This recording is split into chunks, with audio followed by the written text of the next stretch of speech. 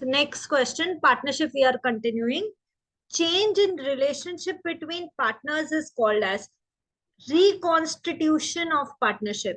मतलब कुछ भी चेंज हुआ, प्रॉफिट शेयरिंग रेशियो चेंज हो गया, आपका कैपिटल नया हो गया, तो उसी को आप चेंज बोल रहे हो, तो उसको क्या बोलेंगे? Reconstitution of partnership. वर्ड ध्यान होना चाहिए, बस उस पर टिक लगा के आना है, रिकॉन्स्टिट्यूशन ऑफ पार्टनरशिप। या कई बार वन वर्ड आंसर में भी आ जाता है। Next, debit balance of profit and loss adjustment account. अब डेबिट बैलेंस, डेबिट आते ही लॉस है, क्रेडिट आते ही प्रॉफिट है, तो debit balance loss on revaluation. P&L adjustment का दूसरा नाम क्या है? रीवैल्यूएशन है, तो debit balance loss on revaluation account. Next, fund created out of profit to make fund created out of profit to make provision for timely financial and business is called as timely finance। the business is called as fund अपन ने create कर लिया, क्यों? कभी पैसा चाहिए तो इसमें से निकाल के यूज कर लेंगे, तो उस फंड को क्या बोलते हैं? General reserve. कहाँ आता है ये? बैलेंस शीट में, लाइबिलिटी में, कैपिटल के नीचे आता है general reserve. So fund created out of profit to make provision for timely financing the business is called as general reserve. Next question. Excess of average profit over normal profit. यदि average profit ज्यादा है, normal profit कम है, तो उसको क्या बोलेंगे? super profit बोलेंगे। तो excess of average profit over normal profit is called as super profit. Next question.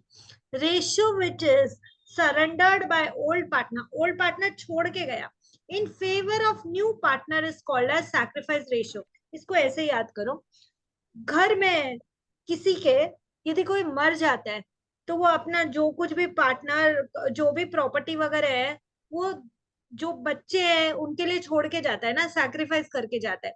Same way, यदि कोई पार्टनरशिप में कोई पार्टनर छोड़ के जा रहा है, सरेंडर करके जा रहा है इन फेवर ऑफ न्यू, ये तो होता ही है, ओल्ड छोड़ के जाएंगे और न्यू उसको लेंगे, तो जो जिस रेशियो पे वो छोड़ के जा रहा है, न्यू जा रहा है वो बाहर, तो वो क्या कर रहा है? सैक्रिफाइस। तो surrender of old partner in favour of new partner is called as sacrifice ratio. Odd man out या ऑड वन आउट, चलो ऑड वन आउट करते हैं। जनरल रिजर्व, प्रॉफिट जो सेट असाइड किए वो जनरल रिजर्व। उसके बाद तो जनरल रिजर्व हमें क्या बोला? लाइबिलिटी साइड में आता है, कैपिटल के नीचे। Creditors liability side, current liability. Machinery भाई एसेट्स है, machinery. And capital balance sheet में लाइबिलिटी साइड। तो ये लाइबिलिटी में, क्रेडिटर्स लाइबिलिटी में, कैपिटल लाइबिलिटी में, तो बाहर किसको निकालोगे? मशीन को, क्योंकि मशीन एसेट है। Next question, decrease in furniture यानी एसेट्स कम हो जाना। पेटेंट्स रिटर्न ऑफ यानी कि ये फिर से एसेट कम हो जाना। इंक्रीज इन बिल पेबल यानी कि लाइबिलिटी बढ़ जाना। And RDD return of, RDD जो पहले है ना, अपन ने कुछ reserve for bad and doubtful debts बना के रखा था, उसको राइट ऑफ करने। इसमें odd one out RDD return of है। क्यों है? देखो, फर्नीचर का वैल्यू डेप्रिशिएट होता है, ठीक है, तो ये एक्सपेंडिचर है, एसेट में से लेस कर देंगे। पेटेंट्स रिटर्न ऑफ, फिर से ये देखो, यदि है ना टेंजिबल एसेट को डेप्रिशिएट करते हैं, like land and building, plant and machinery, तो उसको डेप्रिसिएशन बोलते हैं। गुडविल, पेटेंट, ट्रेडमार्क और कॉपीराइट, ये चार एसेट्स है इंटेंजिबल, यदि ये डेप्रिशिएट होते हैं ना, तो इसको क्या बोलते हैं? Amortisation of asset. इनका डेप्रिसिएशन को अमोर्टाइजेशन बोलते हैं। ये भी एक क्वेश्चन बनता है। तो पेटेंट्स रिटर्न ऑफ, ये भी तुम्हारा खर्चा हो गया, डेप्रिसिएशन की तरह इसको लो, बोलते हैं अमोर्टाइजेशन है। इंक्रीज इन बिल्स पेएबल, अरे ये तो लाइबिलिटी है ना, बिल्स पेएबल मतलब बड़े हैं तो लाइबिलिटी है, पर रिजर्व आरडीडी है ना, रिजर्व फॉर डाउटफुल डेट्स, इसको राइट ऑफ करना है। तो रिजर्व फॉर डाउटफुल डेट्स अब नहीं चाहिए मुझे ये, तो बाकी तीन जो तुम्हारा हो रहा है ना, वो तुम्हारे खर्चे हो रहे हैं, लेकिन आरडीडी नहीं चाहिए। जैसे अब कोई आरडीडी की अब मुझे नहीं चाहिए, तो ये तो मेरे लिए अच्छा हो गया, बिजनेस के लिए ये कमाई है, इसलिए RDD return of, odd man out हो गया। Next, super profit method, average profit method, valuation method और फ्लक्चुएटिंग कैपिटल मेथड, इसमें से ऑड मैन आउट किसको करोगे? तो देखो, सुपर प्रॉफिट मेथड में हम देखते हैं कि सब बिजनेस क्या कमा रहे हैं, हमारा बिजनेस उससे क्या ज्यादा कमा रहा है वो। एवरेज प्रॉफिट मेथड और वैल्यूएशन, पहले ये था एसेट्स का वैल्यू, अब ये है। लेकिन फ्लक्चुएटिंग कैपिटल मेथड में एक ही अकाउंट बनता है और उसी में सब कुछ हम कर देते हैं, मतलब सेकेंड अकाउंट ही नहीं। तो बाकी सब में अकाउंट्स है और हम लोग कैलकुलेट कर रहे हैं, इसमें जो है सब इसमें कर दो, तो ऑड मैन आउट हो गया fluctuating capital method. Next question, P and V are partners sharing profits and losses in the ratio 3:2. P or V 3:2. R is admitted and new profit sharing ratio भी दे दिया 4:3:2. अब sacrifice ratio ढूंढना है, तो sacrifice ratio का formula पड़ता है S is equal to sacrifice is equal to old minus new. तो ओल्ड रेशियो कितना है 3+2 5, तो ओल्ड रेशियो पी का लिया 3/5। न्यू न्यू कितना है पी का 4+3+2 करो ना, 4 5 6 7 8 9, तो 4/9 तुम्हारा न्यू रेशियो रहा है, तो 3/5 माइनस 4/9। सेम वे वी का देखो 2 2/5 माइनस 3 3/9, इन तीनों का टोटल 9 होता है, इन दोनों का टोटल 5 होता है। एलसीएम ले लो, 9 5 45। अब कैसे करेंगे, 5 9 45, 9 3 27, तो यहाँ आ गया 27। फिर 9 5 45, 5 4 20, तो 27 माइनस 20 इज 7/45, ये यहाँ पे कर लिया। अब इसका एलसीएम ले लो भाई, 9 5 45, 5 9 45, 9 2 18 माइनस 9 5 45, 5 3 15, तो 18 माइनस 15 इज 3/45। तो एक तरफ 7/45 है, एक तरफ 3/45 है, तो सैक्रिफाइस रेशियो हो गया 7:3। ये आपको एक नंबर के लिए कैलकुलेट करने आराम से बोल सकते हैं एग्जाम। नेक्स्ट क्वेश्चन, क्या चीज होता है total profit divided by number of years of purchase या नंबर ऑफ इयर्स? तो total divided by number is always average. मान लो 5 साल का प्रॉफिट दिया है, तो 5 साल का ऐड करोगे तो उसको टोटल प्रॉफिट बोलेंगे। Divided by number of years को क्या बोलते हैं, average profit. Total divided by number is average. उसके बाद वो ये पूछ सकता है, नॉर्मल प्रॉफिट पूछा ही है ना, इतनी बार पूछा है, normal profit is equal to what into NRR upon 100? तो normal profit is capital employed into NRR upon 100. Next, retirement of partner. आज के लिए ये टॉपिक लास्ट है, रिटायरमेंट ऑफ पार्टनर। देखो, profit and loss from revaluation on retirement of partner is shared by revaluation account. All partners जो भी है सब अभी छोड़ के जा रहे हैं ना, मान लो ए बी सी 3 पार्टनर्स है, सी छोड़ के जा रहा है, जाने से पहले छोड़ के जा रहा है मतलब रिटायरमेंट है, जाने से पहले रिवैल्यूएशन अकाउंट जो बनेगा उस अकाउंट का रूल ही है कि जो भी चीज होगा वो जितने भी पार्टनर्स है उसके अंदर in their old profit sharing ratio. तो रिवैल्यूएशन अकाउंट रिटायरमेंट से पहले जो भी प्रॉफिट या लॉस है ओल्ड ऑल पार्टनर्स में ओल्ड पीएसआर में प्रॉफिट शेयर कर देना। ये बात रिटायरमेंट की हो रही है, एडमिशन की नहीं। एडमिशन में पार्टनर आने से पहले जो भी ओल्ड पार्टनर्स थे ओल्ड पीएसआर में रिवैल्यूएशन डिसाइड होगा, और रिटायरमेंट में all partners old PSR. Next question, the balance of the capital account of retired partner is transferred to his dash account if it is not paid. तो यदि retire partner है वो बाहर जा रहा है, अब हम इतना फॉर्म के पास उस समय पैसा ही नहीं है उसको देने को, तो हम क्या करते हैं, देखो पार्टनर्स कैपिटल अकाउंट में लोन अकाउंट ही बनाते हैं ना, तो पार्टनर्स कैपिटल अकाउंट में जो भी मुझे देना है पार्टनर को, यदि पैसा है दे रही हूँ उसको पैसा, तो टू कैश लिखूंगी। यदि नहीं है मेरे पास तो क्या लिखेंगे, to loan, to loan account. So retiring partner में यदि आप पैसा नहीं देते हैं, इज नॉट पेड, तो लोन अकाउंट में वो चीज ट्रांसफर हो जाता है। Next question, old ratio plus gain ratio is new ratio.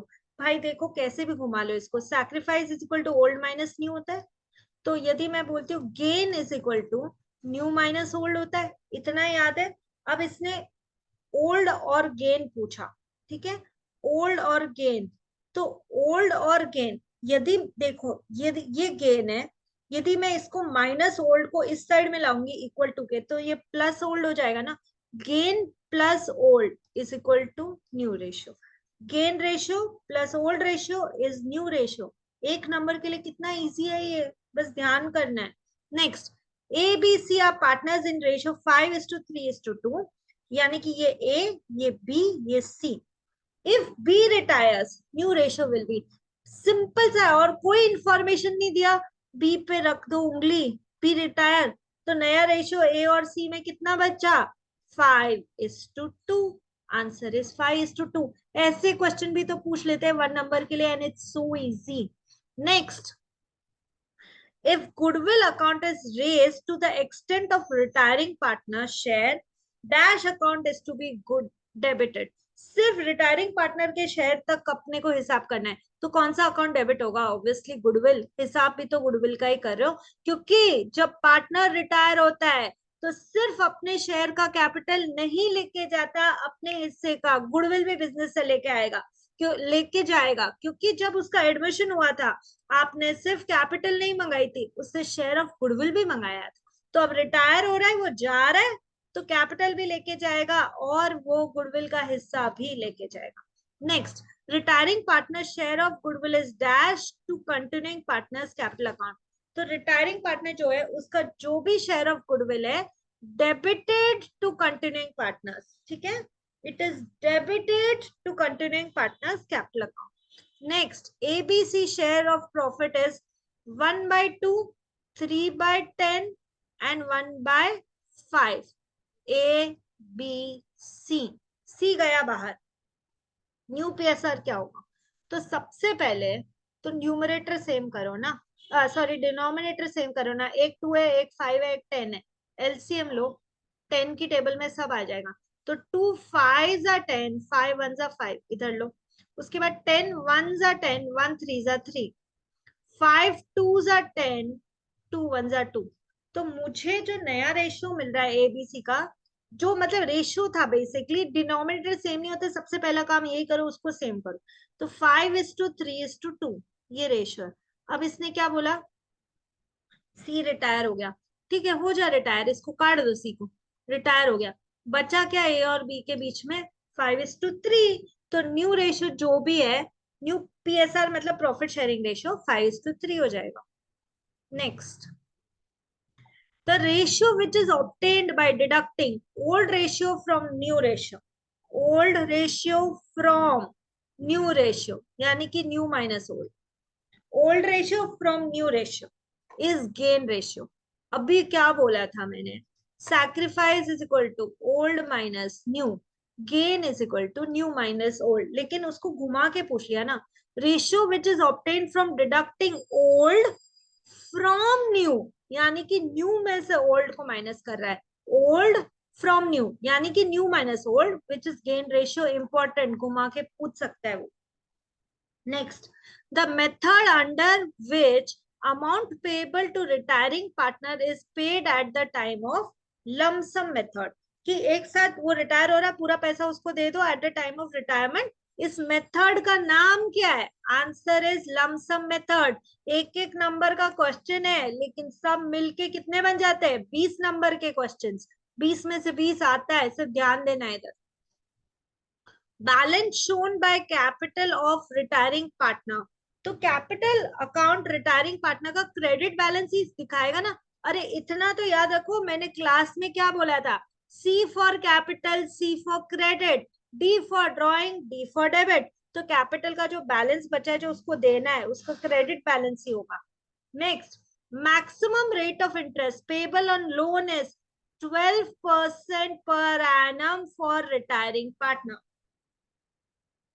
ठीक है, तो रिटायरिंग पार्टनर को मैक्सिमम रेट ऑफ इंटरेस्ट कितना दे सकते हैं? 12%. अब मैं यहाँ पूछूं, इससे पहले हमने पढ़ा था कि कोई पार्टनर फर्म को लोन देता है और पार्टनरशिप डीड है ही नहीं, तो कितना परसेंट से इंटरेस्ट मिलेगा? तो आंसर क्या था? पार्टनर को 6% से इंटरेस्ट मिलेगा लोन पे, यदि पार्टनरशिप डीड साइलेंट है तो. यहाँ पे question interest, maximum rate of interest payable on loan है, तो मैक्सिमम रेट ऑफ इंटरेस्ट कितना है? 12%. For insurance in value of asset, account is debited. देखो, sorry, for increase in value of asset, which account is debited? तो जब भी asset की value बढ़ती है या नया एसेट खरीदते हैं तो कौन सा अकाउंट को डेबिट करोगे? ऑब्वियसली एसेट अकाउंट को ही डेबिट करोगे. जर्नल एंट्री क्या होगी? मान लो आपने नया asset land and machinery land and building खरीदा है या प्लांट एंड मशीनरी खरीदा है, तो एंट्री क्या करोगे? Plant and machinery account debit, और पैसा बाहर जा रहा है तो कैश या बैंक अकाउंट क्रेडिट. सो जब भी increase in value of asset होती है, इंक्रीज कब होगा? या तो वैल्यू बढ़ा उसी का या फिर नया खरीदा तब. तो increase in value of asset में कौन सा अकाउंट डेबिट करेंगे? एसेट अकाउंट डेबिट करेंगे. So children, I just want to remind you, देखो बहुत आसान है. 12th स्टैंडर्ड के पेपर में question number 1 which is objective question, जिसमें 1 वर्ड आंसर आ सकता है, 1 लाइन आंसर आ सकता है, मैच द कॉलम आ सकता है, ट्रू एंड फॉल्स आ सकता है. ओके, सो आसान है यार 20 मार्क्स कमाना. आज का क्लास में यही एंड करती हूँ, बट आई रिक्वेस्ट यू, जो भी मैंने सिखाया है वो करो और नेक्स्ट क्लासेस में आ जाओ, एटलीस्ट ये 20 मार्क्स अपने पूरे कर लो. एंड चिल्ड्रन, डरना नहीं है, आपको कॉन्फिडेंस रखना है कि हम ये कर सकते हैं. एक एक चैप्टर भी रिवाइज करेंगे तो भी इनफ टाइम है कि हो जाएगा. सो जो आज का काम है आज कर लो, उसको कल पे मत छोड़ो, बस इतना करो. नेक्स्ट क्लास कब होगा मैं आपको ग्रुप पे अपडेट करती हूँ. चलो बाय चिल्ड्रन. मिस